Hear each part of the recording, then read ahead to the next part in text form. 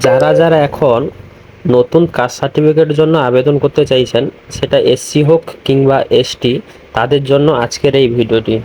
আজকে আমি আপনাদের দেখাবো কিভাবে বাড়িতে বসে আপনারা কাস্ট সার্টিফিকেট আবেদন করতে পারবেন। তার জন্য আপনাকে যেতে হবে ব্যাকওয়ার্ড ক্লাসিক ওয়েলফেয়ার ডিপার্টমেন্ট, এই ওয়েবসাইটে আপনাকে আসতে হবে। এই ওয়েবসাইটের লিঙ্ক আপনি ডেসক্রিপশানে বক্সে আমি দিয়ে দেবো।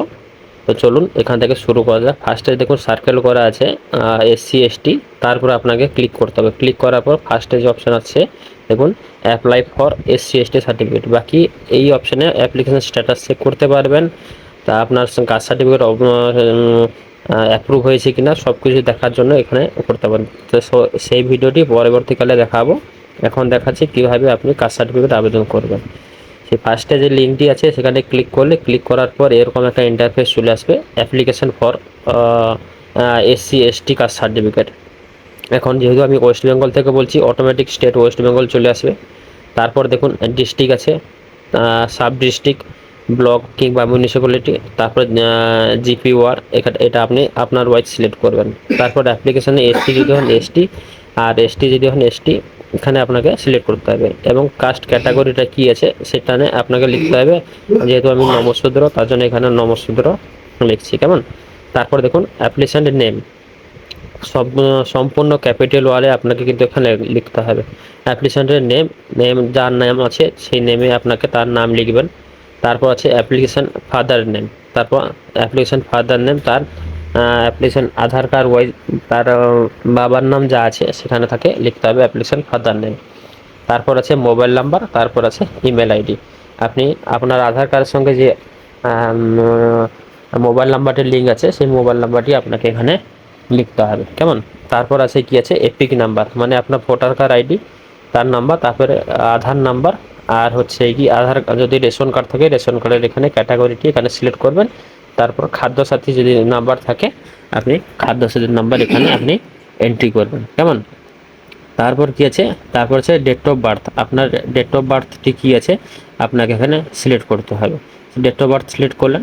তারপর আছে প্লেস অফ বার্থ, আপনি কোন জায়গায় জন্মেছেন তার এখানে যে নিচে যে অ্যারো চিহ্ন করা আছে অ্যারো চিহ্নটা আপনি সার্চ করলে সম্পূর্ণ ডিটেলস চলে আসবে। ডিস্ট্রিক্ট, পুলিশ স্টেশন, ভিলেজ, পুরো ডিটেলস একটার পর একটা চলে আসবে। আপনি এখানে যেহেতু দেখাচ্ছি না, ভিডিওটি বড় হবে তার জন্য আমি দেখাচ্ছি না, আপনি এখানে আপনার ওয়াইজ চুজ করে এন্ট্রি করবেন। এন্ট্রি করার পর অ্যাড্রেস দেখুন এখানে আছে present address for last 6 month, তারপর আছে permanent address. Present address, permanent address যদি আপনার সব ঠিকঠাক যদি হয় তাহলে ফার্স্টে ঘরে আপনি যা পূরণ করবেন তারপর সেকেন্ড ঘরে অটোমেটিকলি সেটা ফিল হয়ে যাবে। দেখুন সেকেন্ড ঘরে যে সেম অ্যাজ প্রেজেন্ট বলে ইয়েস আছে, ইয়েসের উপরে টিক চিহ্ন দিলে অটোমেটিক সব ডিটেলস ফার্স্ট ঘরে যা ফিল আপ করবেন সেকেন্ড ঘরে সব কিছু চলে আসবে। দেখুন তার সিও নাম, স্টেট, ডিস্ট্রিক্ট, তারপর আছে পুলিশ স্টেশন, জিপি, তার ভিলেজ, পোস্ট অফিস, পিনকোড। আপনাদের যেরকম যেরকম আছে আপনার সেরকমভাবে আপনি সেটা ফিল আপ করবেন, কেমন। তারপরে দেখুন এখানে সেম ম্যাচ অ্যাপ্লিকেশনের উপরে ক্লিক করলে অটোমেটিক ফিল আপ হয়ে চলে আসবে, আপনাকে আর কিছু করতে হবে না। যদি এনিমোর দিতে চাইছেন তাহলে আপনি এখানে এনিমোর দিতে পারেন, কেমন। যদি এক্সট্রা কিছু থাকে তাহলে দেবেন, না হলে দেওয়ার দরকার নেই। তারপর ন্যাশনালিটি গিয়েছে ইন্ডিয়ান, আপনাকে এখানে ইন্ডিয়ান ন্যাশনালিটি সিলেক্ট অটোমেটিক চলে আসবে। তারপর রিজিয়নাল, যেহেতু আমি হিন্দু লিখবো। জেন্ডার মেল কিংবা ফিমেল, আপনার যেটা হবে আপনি মেল ফিমেল করবেন।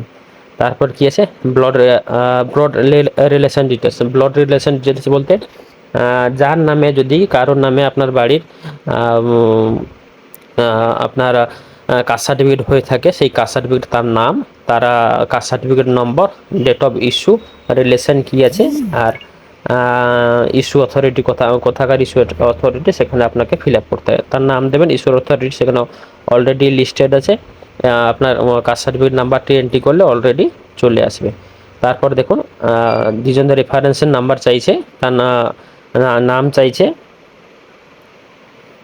যদি সরি এটা হচ্ছে কি মাইগ্রেশন যদি আমাদের স্টেটে ওয়েস্ট বেঙ্গল স্টেটে যদি মাইগ্রেশন হয়ে থাকে তাহলে ইয়েস করবেন, না হলে না করবেন। না করার পর আপনি এখানে কন্টিনিউ অ্যান্ড সেভ মারবেন। কন্টিনিউ সেভ মারার পরে তারপর সমস্ত তথ্য যদি আপনার ঠিকঠাক থাকে নেক্সট পেজে চলে আসবে। নেক্সট পেজে আসার পরে আপনাকে সেখানে ফিল আপ করতে হবে কী কী, আপনাকে আপনার ডকুমেন্ট প্রুফ হিসাবে কী দেবেন, আধার কার্ড দেবেন, ভোটার কার্ড দেবেন, পাসপোর্ট দেবেন, আপনি যেটা সিলেক্ট করবেন সেটা আপনার তার নাম্বার এবং ফটো সাবমিট করতে হবে। তারপর ফটো এবং সিগনেচার, আপনাকে ফটো এবং সিগনেচার সেমভাবে আপনাকে ফিল আপ করতে হবে। এবং রেফারেন্স ওয়াইজ যে ব্লাড রিলেশনে যার আপনি আধার কার্ড কাস্ট সার্টিফিকেট দিয়েছেন, সেই কাস্ট সার্টিফিকেটটি আপনাকে এখানে তার ফটোটি আপলোড করতে হবে। আপলোড করার পর আপনার সমস্ত ডাটা যদি ঠিকঠাক থাকে তাহলে একটা রেফারেন্স নাম্বার, অ্যাপ্লিকেশন অ্যাকনোলেজমেন্ট নাম্বারটি চলে আসবে।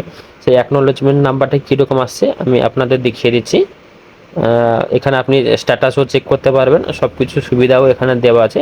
আপনি এডিট অ্যাপ্লিকেশন যদি কিছু ভুলভাল করে থাকেন তাহলে অ্যাপ্লিকেশনটা আপনি এডিট করতে পারবেন, আপনার অ্যাপ্লিকেশনটি চেক করতে পারবেন সার্টিফিকেটটা ঠিকঠাক আছে কিনা, কিংবা কোন লেভেলে আছে, কী অবস্থায় আছে, আপনি সেটা এখান থেকে তার অ্যাকনোলেজমেন্ট নাম্বার দিয়ে আপনি চেক করতে পারবেন। কেমন?